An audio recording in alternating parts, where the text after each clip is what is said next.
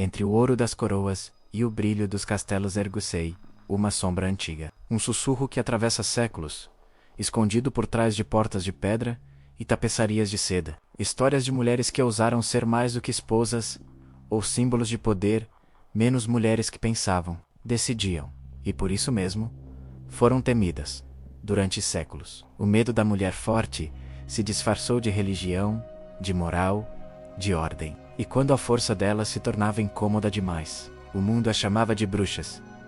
Mas será que elas realmente invocavam forças ocultas? Ou apenas despertavam o que a sociedade mais temia, menos a inteligência e a vontade de uma mulher que não se curva? O tempo do Medon nos séculos XV e XVI, a Europa era um continente, dividido entre fé e pavor. A Inquisição queimava hereges em nome de Deus, e o ar cheirava a fumaça, medo e superstição. Qualquer desvio, qualquer pensamento que fugisse da doutrina, podia ser fatal. Nessa época, o termo bruxa tornou-se uma arma menos uma palavra carregada de poder, capaz de destruir vidas e reescrever a história. Mulheres que sabiam ler eram suspeitas. Mulheres que estudavam o corpo, as ervas, o veneno ou a cura eram julgadas como aliadas do demônio. E quando essas mulheres ocupavam tronos, o medo se tornava ainda maior, porque uma rainha que pensa é mais perigosa que qualquer feitiço. Ana Bolena, a rainha, enfeitiçadora o coração da corte inglesa. Entre luxos e intrigas, surgiu uma mulher, que mudou o destino da Inglaterra. Ana Bolena, filha de uma família nobre, cresceu nas cortes da França, cercada por filósofos e artistas. Aprendeu sobre política, religião e poder menos coisas que uma mulher. Teoricamente, não deveria entender. Quando chegou à Inglaterra, seu olhar enigmático e sua mente afiada chamaram a atenção do rei Henrique VIII. Mas Ana não se rendeu facilmente. Fez o rei esperar 7 longos anos. E nesse tempo, o desejo se transformou em obsessão. Henrique desafiou o Papa, rompeu com Roma e criou a Igreja Anglicana menos tudo por ela. Mas o amor do rei era volúvel. Quando Ana não deu o herdeiro homem que ele tanto desejava, os rumores começaram. Diziam que ela usava poções para manipular o rei, que trazia amuletos ocultos escondidos nas vestes, que sussurrava feitiços durante a noite. O tribunal não precisou de provas, apenas de medo e de conveniência. Em 1536, Ana foi condenada por traição, adultério e bruxaria. Na manhã de sua execução, vestiu um manto cinza, rezou em silêncio e ergueu a cabeça com dignidade. O carrasco francês, escolhido especialmente por sua precisão, cumpriu o dever com um só golpe. Dizem que, nas noites mais frias, sua figura sem cabeça ainda caminha pelos corredores da Torre de Londres, não em busca de vingança, mas como um lembrete de que o verdadeiro pecado de Ana foi querer ser dona do próprio destino.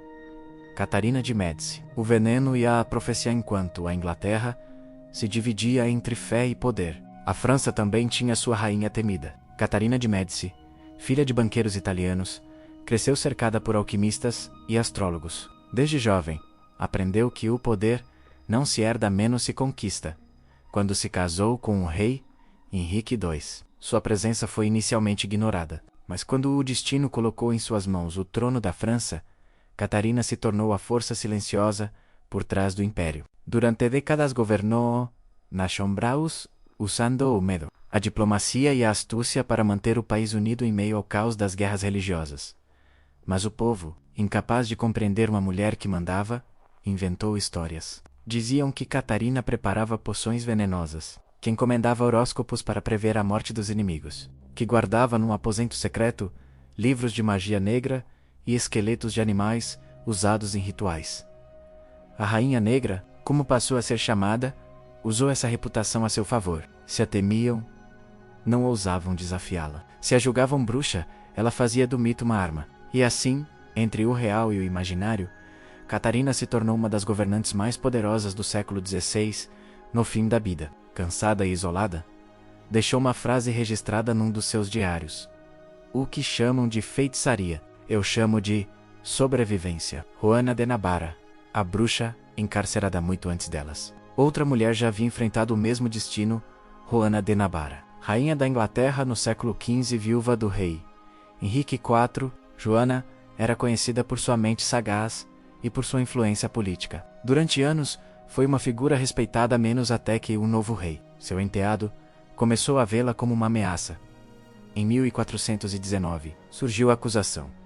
Joana teria usado feitiços e encantamentos para tentar envenenar o jovem rei. Os conselheiros exigiram punição. Ela foi presa em uma cela fria, sem julgamento justo, sem testemunhas, sem provas. Passou 4 longos anos confinada. Quando finalmente foi libertada, já havia perdido tudo: poder, prestígio e liberdade. Mas sua história não foi esquecida. Porque o verdadeiro feitiço que Joana lançou foi o de resistir em silêncio menos num tempo em que até o silêncio podia ser mortal. O medo como arma. Essas 3 rainhas, Ana, Catarina e Juana Menos, têm algo em comum.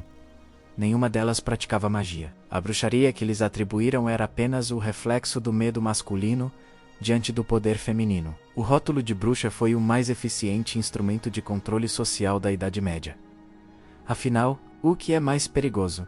Uma mulher que conjura espíritos, ou uma que compreende o jogo do poder melhor do que qualquer homem à sua volta? Nos salões dourados das cortes, o medo era um aliado invisível. Sérbia, para calar boças e eliminar rivais, preservar o status de reis e padres. Enquanto o povo queimava mulheres simples nas praças, as elites destruíam reputações dentro de palácios. E assim, o fogo da Inquisição se espalhou, não apenas nas chamas das fogueiras, mas também nas palavras, nas intrigas e nos julgamentos silenciosos.